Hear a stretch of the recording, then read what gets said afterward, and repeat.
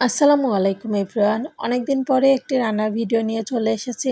তো আজকে আমি ফুলকপি দিয়ে ছোটো মাছ রান্না করব। এজন্য আমি এখানে ফুলকপি এবং আলু কেটে ধুয়ে নিয়েছি। তারপরে আমি পেঁয়াজ কুচি, মরিচ ফালি এবং রসুন বাটা, লবণ, হলুদের গুঁড়া, ধনিয়া গুঁড়ো, মরিচের গুঁড়া এবং কিছুটা পরিমাণে গোটা জিরে এবং সাথে সয়াবিন তেল দিয়ে ভালো করে মেখে নিব।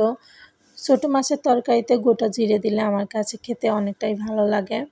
আর এই তো সব মশলাপাতি দিয়ে আমি এবার হাতে সুন্দর করে মেখে নেব।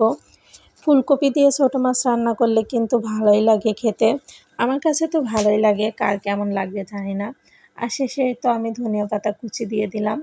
এবার ধনিয়া পাতা দিয়ে আলতোভাবে মেখে নিয়ে তারপরে আমি মাছ দিয়ে দিচ্ছি। মাছ দিয়ে আলতোভাবে মেখে এবার আমি পানি দিয়ে দিলাম। পানি দিয়ে এবার আমি চুলায় এটাকে বসিয়ে দিব। আর এই তো আমার রান্না হয়ে গিয়েছে।